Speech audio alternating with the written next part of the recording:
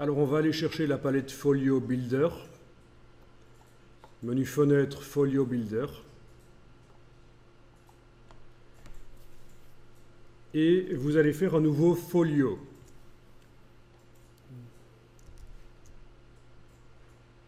Menu de la palette Folio Builder, nouveau folio.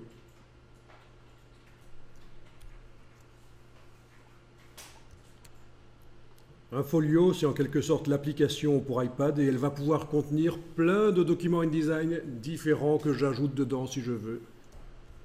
Des documents InDesign au format iPad. Donc là, je suis en train de créer un folio qui va être vide. Je vais l'appeler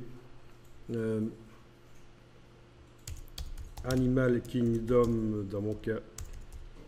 Voilà. 01. Et il faut absolument que j'indique quelle va être l'orientation des documents dans le folio. Vous voyez que on peut faire un document qui est prévu pour quand on tient la tablette verticale, ou pour quand on tient la tablette horizontale, ou les deux. Et ça veut dire que là, quand on tourne la tablette, il y a un gyroscope à l'intérieur de la tablette qui détecte l'orientation et on va passer d'une version de mon document à l'autre. Et de la version verticale à la version horizontale.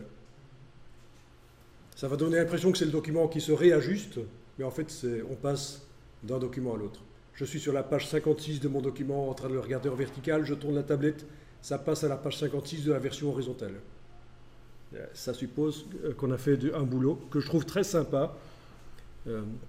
J'ai pu remarquer que souvent on fait l'impasse là-dessus. Quand on fait un magazine sur tablette, on le fait uniquement pour le format horizontal, mais je trouve que c'est très sympa que les gens puissent choisir. Bon, mais ici on va le faire seulement pour horizontal parce que ce sera plus simple.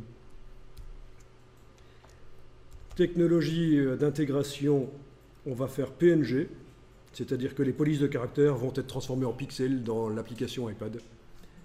Ce sera mieux, c'est plus sûr. C'est plus lourd parfois, mais il y a des avantages et des désavantages aux deux. PNG ou PDF, l'un et l'autre ont leurs avantages et désavantages. L'aperçu de couverture, on n'est pas obligé de le mettre pour l'instant.